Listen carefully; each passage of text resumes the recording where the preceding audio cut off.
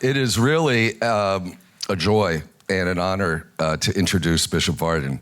I have never met him before, but I've read 2 of his books. I said to Bishop Varden beforehand that a lot of our priests and bishops are reading his books, and they tell me, and they were very happy to hear that Bishop Varden was going to be here in our diocese. So to welcome him to Notre Dame, but also to the Diocese of Fort Wayne, South Bend. As you may know, Bishop Erik Varden is a monk and bishop. As you can see, he's still a monk by what he's wearing. Okay, I should have worn my cassock. And he's in much demand as a preacher, as a spiritual director, and a lecturer. He was born to a Lutheran family in South Norway, and he converted to Catholicism at the age of 19. He joined the Cistercian monastic community of the strict observance at the English Abbey in 2002 and was ordained a priest in 2011. After becoming a Trappist, Bishop Varden studied in Cambridge and Rome. He was also a professor of Syriac language, monastic history, and Christian anthropology at the Pontifical Athenaeum of San Anselmo in Rome from 2011 to 2013. Bishop Varden was abbot of Mount St. Bernard Abbey in Leicestershire, England. By the way, I was going to say Leicestershire, but I knew that was not the British way. So I asked Bishop Varden beforehand, how do you say that in English?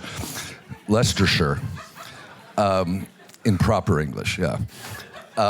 So he was abbot from 2015 to 2019, where he oversaw the Abbey's first foray into brewing beer in 2018.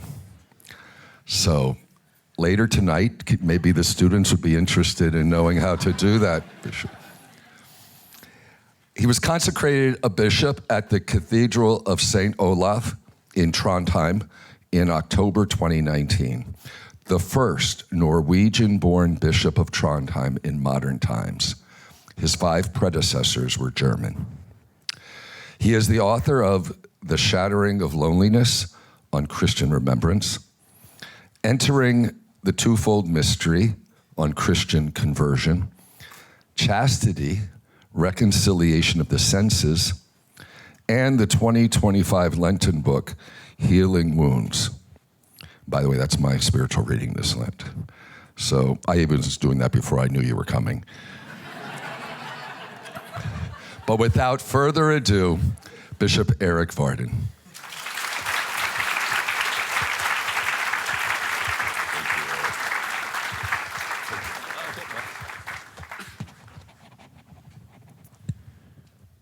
Thank you very much, Bishop Rhodes, and thank you, John, and thank you all for being here.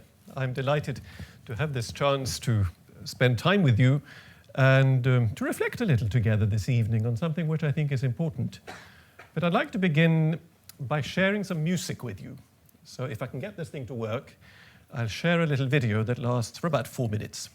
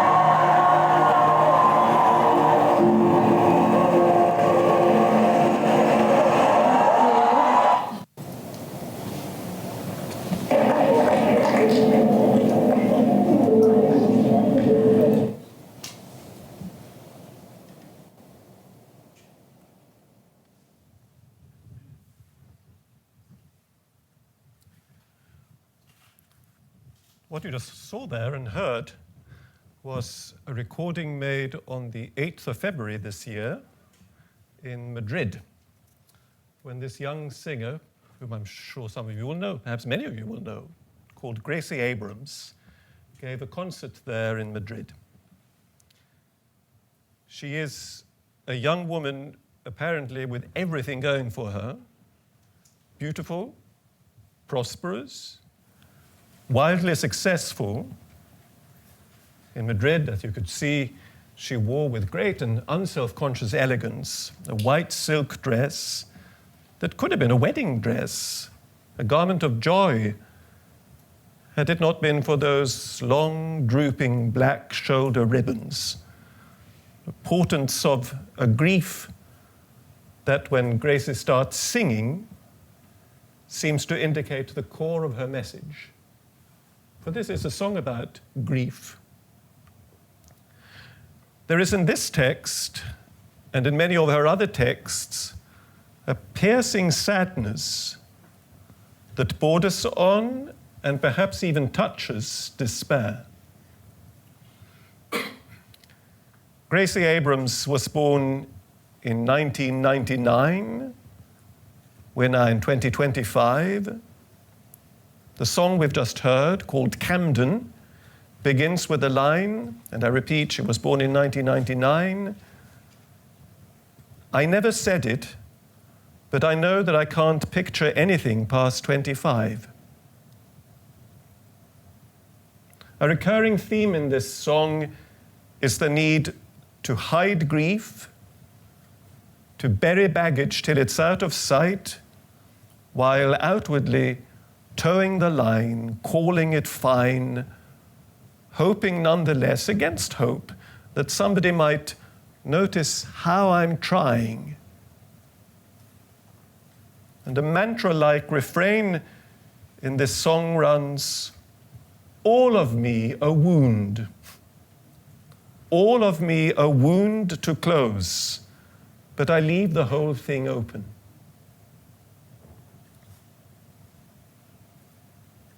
I could have chosen a much better quality video to show you. This particular video, which you can find on YouTube, was filmed in Madrid by a fan filmed with a mobile phone, I think. What is interesting is the addition that the poster makes by way of commentary, presenting this video. She says, insane. No words, cried, died, dead. As you could hear, thousands were singing along at this concert. They sang along, all of them of a generation reputedly unable to memorize a single sonnet by Shakespeare. All of them knowing this complicated and winding text by heart, having made it their text and their message. And that surely must say something. Teenage Weltschmerz is nothing new. Even yesterday's teenagers and the teenagers of the day before yesterday knew that it's difficult to be growing up. It's difficult to be faced both with the deep desires of the human heart and the limitations of life, the disappointments it can bring, the uncertainties, the fragilities, the sense of utter precariousness. And each generation finds its own way of expressing that pain, that wound. I'd say so, that there is a peculiar quality to the grieving mood of our own time. And we can't dismiss that merely as a kind of superficial, sentimental cultivation of desolation for the sheer satisfaction of it. When you hear and watch Gracie Abrams sing, there's no doubting the depth of experience out of which her cry arises. I watched that video a number of times, and I find it deeply stirring and moving. And I find it poses questions.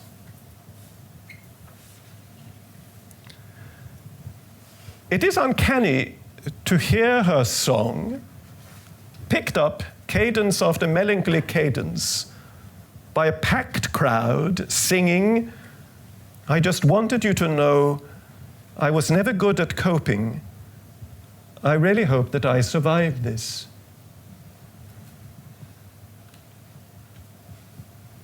I really hope that I survived this. We might ask, is hope an appropriate term in the circumstances? I doubt it, in fact. What stands out in the lyrics and in the performance is hopelessness uttered with great precision. Grace's fans are mostly young women and girls. The current stereotype suggests that lads nowadays are different, attracted instead to dour recognition of life's hardship, determined to bear it with manly fortitude in a Jordan Peterson sort of way. But anyone who goes out and talks to people, and certainly anyone privileged to spend time in a confessional, knows that the stakes are less clearly distinguished. The consciousness of being wounded is not gender specific. The consciousness of being wounded permeates our anxious times like a mist of sadness, a mist of often embittered sadness. How striking then to be making our way through Lent in such a context, such a cultural and societal context. How striking at this time to be fixing our gaze on a wounded body distended on a gibbet, on a cross, and then to affirm, shockingly when you think about it, that this is where the wellspring of hope is founded. In and through this wounded body. For centuries, the Church was very cautious about displaying the wounds Christ sustained in his passion. We read about them in the gospel narratives that, with great reticence, describe the process of crucifixion, the nails through the hands and feet, the spear through the side. But it took centuries for the Church to describe and display that wounding visually in art. Why is that? It's because for a long time, roughly the first 5 centuries of the Christian era, the Church was busy framing in words and trying to get used to keeping together in thought the paradox that constitutes the heart of the Christian proposition. The paradox that I had occasion to speak to some of you about yesterday, that in Christ, divinity and humanity are both integrally present, without compromise, fully God, fully human. The paradox that this man, this human being born of the Virgin Mary, is likewise, as we say in the Creed, God from God, light from light, true God from true God. Can we fix our eyes on the crucified, contemplate the wounds, imagine the wounds, and yet hail the wounded man hanging there with the words of that ancient prayer of the Trisagion, Holy God, holy and strong, holy and immortal, have mercy on us? This was a long, contested question which was submitted to all sorts of theological safeguards and had to be. The story of how the Church was able to equilibrate that paradox of Christ being fully God and fully man is an extremely exciting one, intellectually, culturally, even politically. Only once the Council of Chalcedon, which was held in the year 451, had refined the conceptual framework required to safeguard this equilibrium, found the language that we still depend on to express the mystery of faith with precision and integrity, only then was the Christian spirit free to envisage, not only in words, but in art, graphically, to describe and depict the freely assumed humiliation of God made man and this supreme scandal, the woundedness of God in Christ. Slowly, the crucifix emerged as the Christian emblems par excellence. Now we take it for granted that it is the first thing we see when we enter a church, that we have it in classrooms as here, that we may have it over our bed or in our kitchen.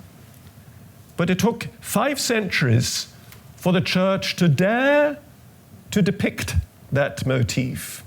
And the first known example of a crucifix displayed is an extremely humble example of the genre. You find it in Rome, on the Aventine, just a couple of doors down from Sant'Anselmo, where I lived and taught, at the Basilica of Santa Sabina, which is now the Generalate of the Dominican Order. You find there on the west wall a double door from the 5th century with carved panels, and right up in the top left panel you find an image of the crucified, which is extremely schematized and wholly unemotional. Christ is displayed with the 2 thieves in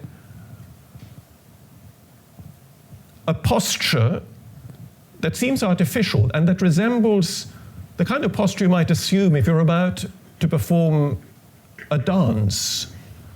But it is where we find for the first time an image of God on the cross, of God wounded in Christ, of Christ crucified. It didn't take all that long from the humble beginning of the doors of Santa Sabina, and of course there will have been other examples, but those doors are the ones that have been kept for us.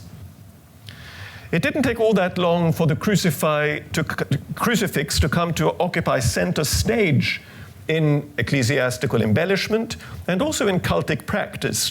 At least in the West, you find a prominence of other images in Eastern Christianity. Not that the crucified is invisible there, but it is contextualized in a way that doesn't quite have an equivalent in our Western, extremely cross-centered devotion.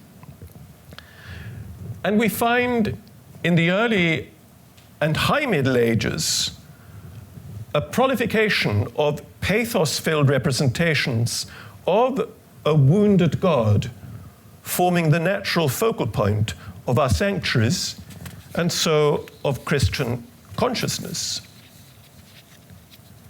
We used to take that for granted, but that is so no longer. Not only do we no longer see wayside crucifixes and sanctuaries raised and tended, we in our time, on the whole, want a happier gospel. And in addition, Western Christians of the 3rd millennium are rather coy about professing Christ as God. The Council of Nicaea, that defined the creed that we still recite on Sundays,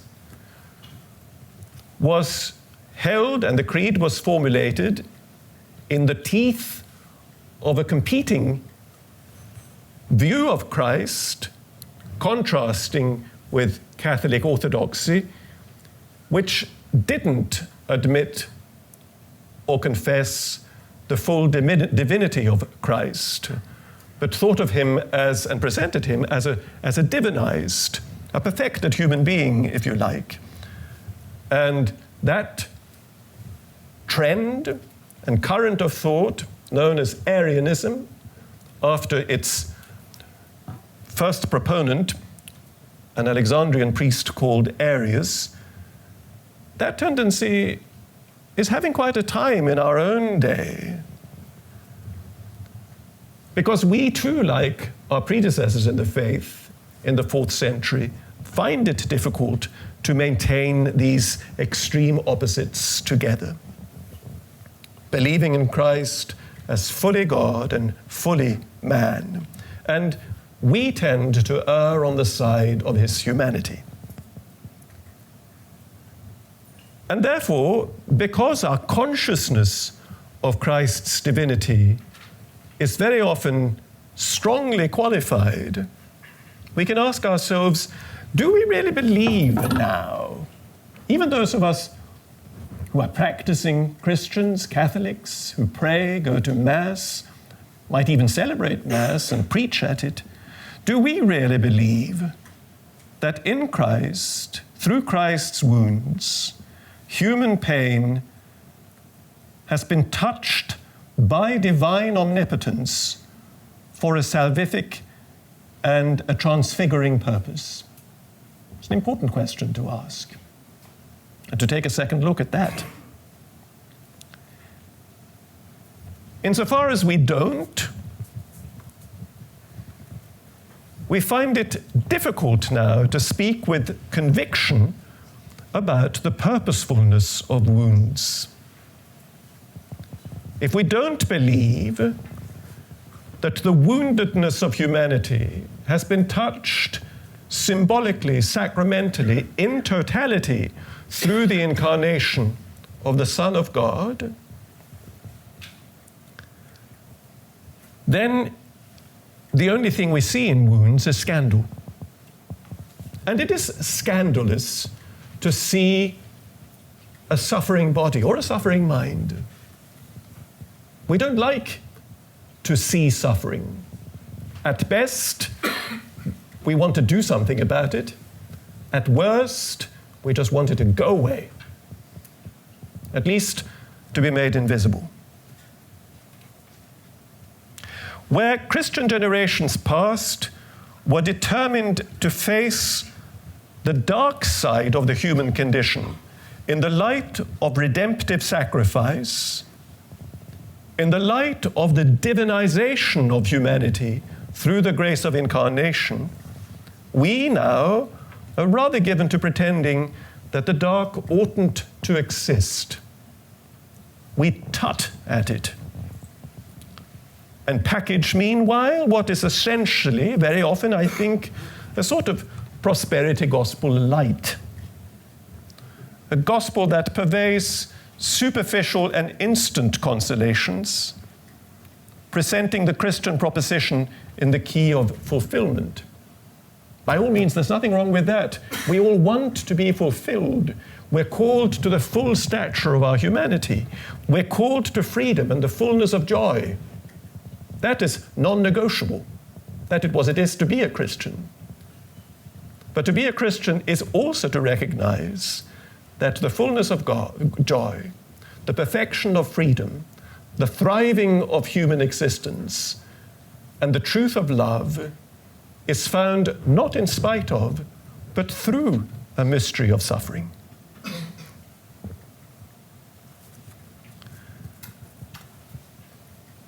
As I said, we tend to sideline the cross rather now and the crucified. It even happens that we hand the cross-overshadowed naves of our ancient cathedrals over to mini-golf, as did actually happen, very controversially, in the Cathedral of Rochester in England a few years ago, the Cathedral of the See of St. John Fisher. where, in order to render the church relevant to present times, they thought, well, a mini-golf course would be a good idea. That is an extreme example, but if we're truthful, don't we all engage a little bit in that sort of exercise? More or less desperate PR stunts designed to show the relevance of what we stand for, what we believe in, and its desirability. So we hand the naves of our cathedrals over to mini-golf and say, come in and be happy. And meanwhile, just a stone's throw away in the secular arena, as we saw, meanwhile, a stone's throw away in the secular arena, young people stand together, swaying disconsolately, softly singing together that life is an open wound and that there is no balm in Gilead. That being the case, I'd say it's time, possibly, to engage afresh with basics. And I think that's just a matter of Christian honesty. And I wonder, too, whether it couldn't be a matter of civilizational survival. We live with wounds. That much is pretty obvious. But how do we deal with our wounds? On the whole, not all that well. I think we can roughly see, and I simplify here, I'm simply offering a schematic perspective that would need to be greatly refined had we more time together, but I see roughly at work in our society today and in popular culture two contradictory tendencies regarding wounds and woundedness. The first tendency would go in the direction of what I might call the fetishization of woundedness, which is about displaying and making everyone see and recognize acquired, inherited, or potentially even imagined wounds, and to display these as markers of identity. This is my wound, this is what makes me who I am. We can all think of particular high-profile manifestations of that tendency. And I want to stress that I don't make this point in any way polemically, because many such courses of displaying wounds, of bringing wounds to public attention, are grounded in calls for justice, which is a necessary virtue, a non-negotiable virtue, also a gospel virtue. But we might ask, where is motivational prospect for life? If I root my sense of self in woundedness, if I root my sense of self in attachment to my wound. Not by chance, such courses devoted to the displaying and the recognition of wounds are themselves often wounded, the causes are wounded by anger. And anger, the fathers would say, the Desert Fathers, expert psychologists before many centuries before the word was invented, this passion of anger displaces aspirations to healing with affirmations of self-righteousness. Anger, more often than not, stands in the way of maturing, locking us in a perversely self-satisfied despair. So that's one tendency, a cultural tendency, the fetishization of woundedness. The other tendency, which is also much in evidence in our world today, at least in the West, is an effort to eliminate wounds or to keep them out of sight, an outrage before wounds, and a determination not to have to see them. There's a growing sense that wounds on physical bodies, or even on the body politic, the body of society, that wounds should not exist, and that if they do exist, well, they should be amputated. The limbs should be amputated. In societal models that are ever more transactional, unproductive, unlovely, and hurting elements have no place, really. They're seen as freak occurrences, and increasingly, I'd say, met with harshness, even though iron fists are dressed in velvet gloves, at least in sweet-speaking velvet gloves. We encounter this tendency in the perennial controversies ongoing over abortion and euthanasia, touching the indignation of secular society at not being able to control the beginning and the end of life, of there actually being foundational realities of human existence that are beyond our management. We see this tendency too in the recurrence, the scary recurrence of a discourse of eugenics, and in dystopic dreams of relieving society of undesirables, to confine them instead in a virtual universe. As I said, portraying dynamics in terms of these two extreme models is a simplification, but you may permit me to adopt it as a working hypothesis. And the coexistence of these two trends lead to considerable clashes in the public square, and sometimes clashes in our own minds and our own consciousness, our own heart, between people putting their wounds on display, proclaiming, "My wound is me." And, on the other hand, people of self-proclaimed good health saying, "To hell with you. The world is for the fit." One could interpret this development in lots of different ways, applying different hermeneutic models. And it's important to do so, and I challenge you to do so, and I encourage you to do so, to think about these things, to talk about them, converse about them, write about them. But it does seem hard to deny that the eclipse in public consciousness of the image of the crucified, the wounded yet unovercome, has something to do with it. A few weeks ago, I was in Spain on some business, and I visited the ancient city of Burgos.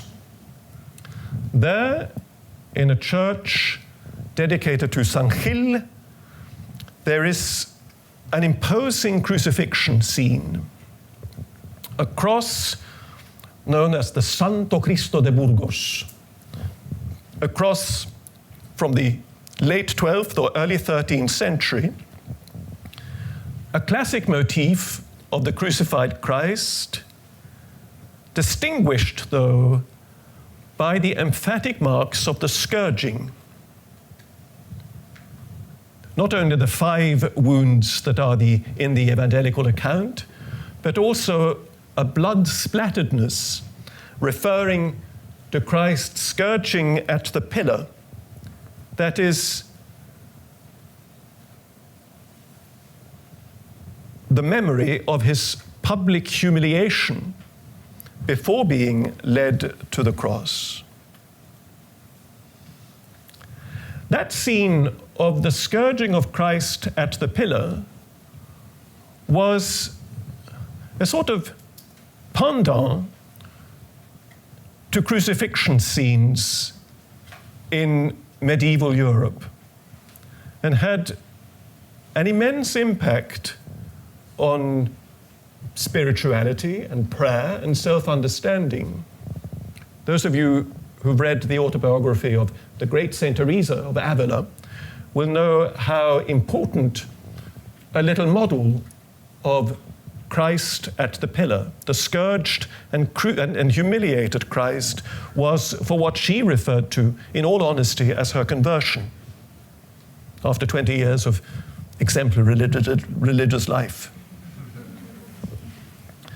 To stand before such a figure as the Santo Cristo de Burgos, and to think that this figure was once the focal point of a human community, what brought them together, that this is where the people of Burgos found themselves at set festivals, finding themselves their own condition reflected, and finding themselves interrogated by this image of a suffering assumed and endured in perfect freedom for the sake of the liberation of others, is to entertain in one's mind the image of a societal model that now seems so remote as almost to pertain to the realm of science fiction. But I don't think we should underestimate the formative impact on a civilization over time of emblems, crucifixes, Christ at the pillar, of emblems affirming the stature and the immense dignity of patience,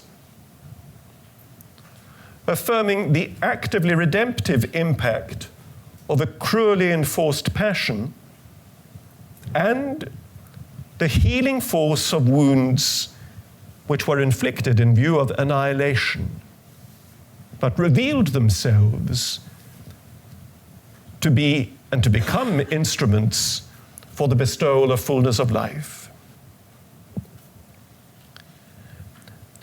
Reverence for Christ's wounds has defined Christian sensibility.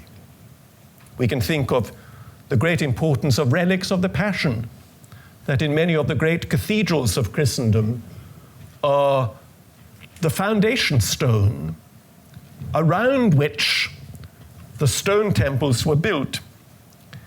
We can think of the great works of the plastic and pictorial arts. I refer to some of them.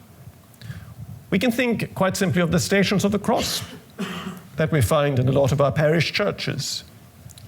We can think of hymns, poems, and meditations, like that Cistercian poem reflecting on Christ wounded members that I've chosen as the structural text for this little Lent book on healing wounds, a poem by a Cistercian abbot called Arnulf, who lived in the Low Countries and who was roughly a contemporary with the Santo Cristo de Burgos. He also was of the early 13th century. We can think of, in terms of the representation of Christ's wounds, we can think of sublime works of music from the great Renaissance Lamentations through the Passions of Bach, such an important thing to listen to again each Lent. And we think of the explosive devotion to the Sacred Heart from the High Middle Ages right into the 19th century. It's extremely interesting that in the 19th century, in the wake of the French Revolution, which sought to eliminate religion, to finally illumine people, enlighten them, and get them to tread this Christian nonsense underfoot, that should have seen this extraordinary resurgence of the devotion to the Sacred Heart, and should have caused people to recognize there the hermeneutic key to what they were living through. And should even cause the capital of France, the land of revolution, to erect on the Martyrs' Mount a monument of reparation for the outrages of the revolution, dedicated to the Sacred Heart, dedicated by whom? It says in letters around the dome, dedicated by Gallia Penitens, by penitent Gaul, the nation symbolically on its knees before this mystery of the wounded heart. The root of this powerful, abiding surge of devotion to, of sensitivity to, the significance of Christ's wounds was not rooted in a kind of sentimental dollarism.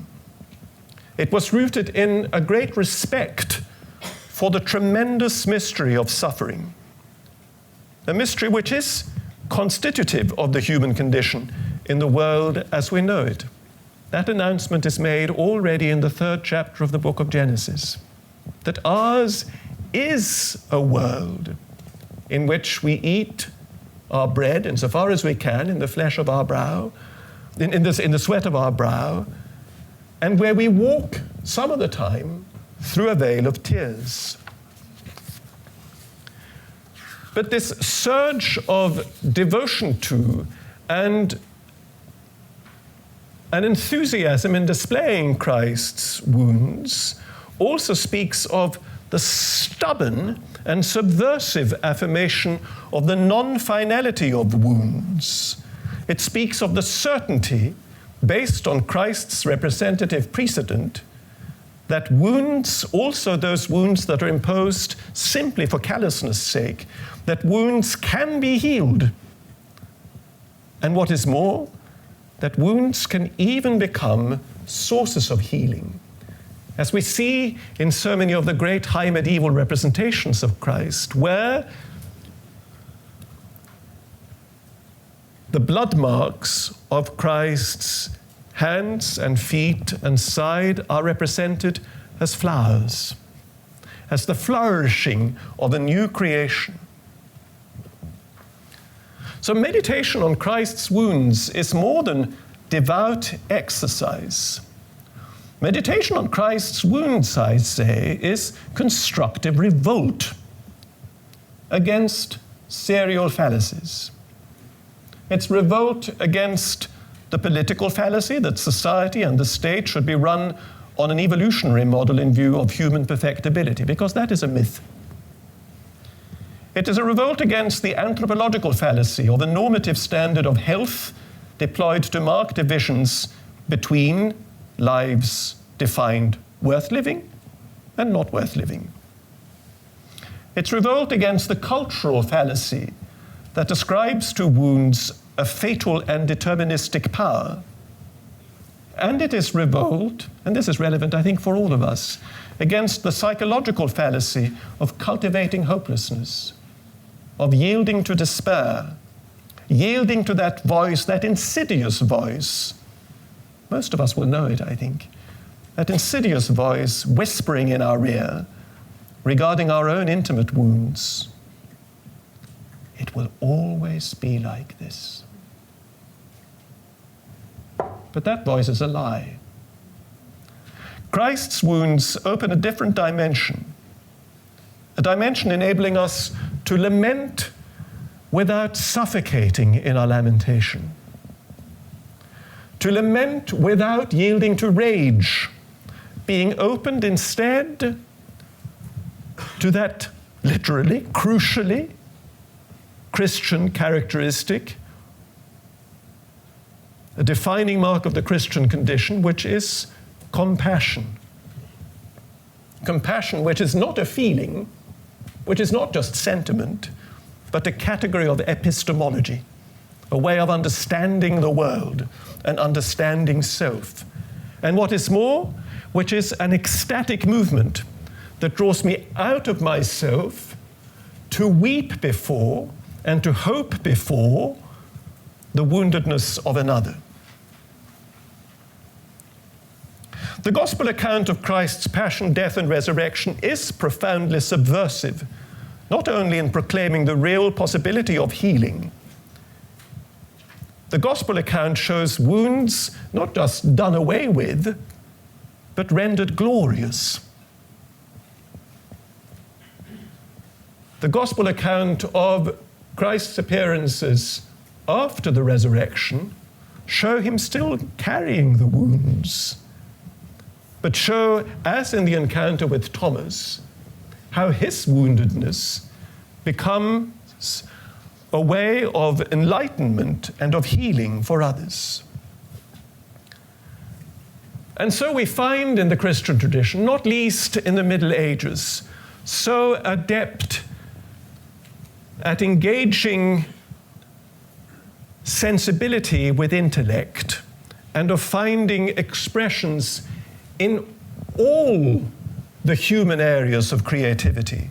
So we find this wonderful correspondence of the cross to the tree of life. So we find this description of the wounds as flowers and as sources of light, of the crucifixion as enabling cosmic flourishing, of being a source of life, affecting historically, in time, in history, what the wellspring of Eden affected through the primeval arteries of those great rivers, Pishon, Gihon, Tigris, and Euphrates, carrying a paradisal vitality to the ends of the earth. The richness of this symbolic expression of our art, our hymns, our liturgy, our rituals, call for reflection, meditation, contemplation. At the same time, this beautiful development of Christ's woundedness, paradigmatic woundedness, must not blind us to the fact that the dynamic we commemorate and celebrate is based on history and on fact. We must not forget that the symbol of Christ's passion is not a symbol that we engender. It's a symbol that we receive. It's that symbol that interprets us. It's not we who interpret it. The question is, will I submit to its interpretation? This is a point worth making at a time when the engendering of symbols is big business. I read recently an article in the Times Literary Supplement by Costiga Bradderton on a term that was new to me until I read this article, on symbolic capitalists engaged in knowledge production. Now, who are the symbolic capitalists? According to the author, they're professionals who traffic in symbols and rhetoric, images and narratives, data and analysis, ideas and abstraction, all pursued with the finality of change. Now, it's interesting to pursue an examination of conscience as Christians, as Catholics, as the Church, using that phrase, professionals who traffic in symbols and rhetoric, images and narratives, data and analysis, ideas and abstraction, all pursued with finality of change. Do we yield to that tendency and trap? In itself, the author says, this sounds wonderful, except he remarks that if you want to change something, you first need to really understand it. That is, you need to consider it, to be still before it, to appraise its integrity. He goes on, because it's exceedingly difficult to understand something and to change it at the same time, especially when you also want to advance your own interests in the process. Christian symbolism works on entirely other terms. Christian symbolism is determinedly real and realistic. It's focused on a historically wounded body. It insists on frank self-appraisal and the owning of responsibility.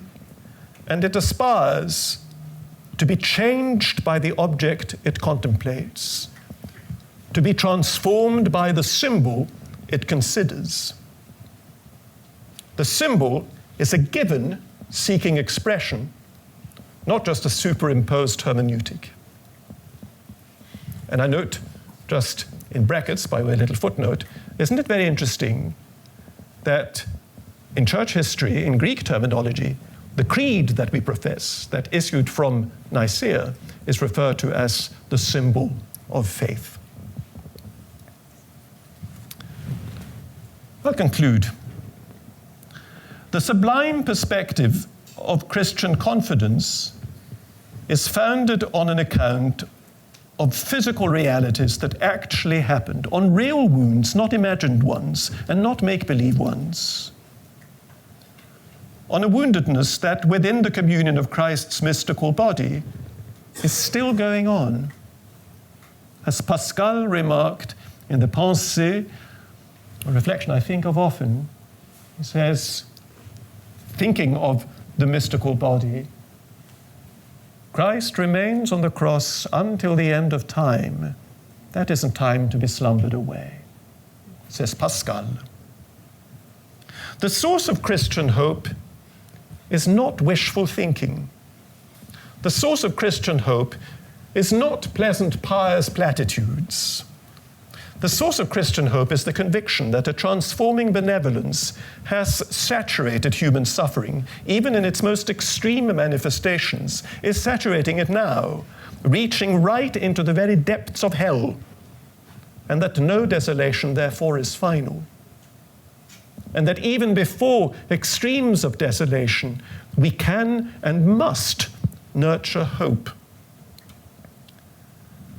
By his wounds, declared the prophet Isaiah millennia ago, in words the church in the liturgy applies to Christ's crucifixion, by his wounds we are healed. Inasmuch as we establish our lives in him, our own wounds too can become sources of healing, and even death will then culminate through passion and patience in life. Such is the Christian gospel. And our time, as we sought to begin with, our time is literally crying out for it. Thank you.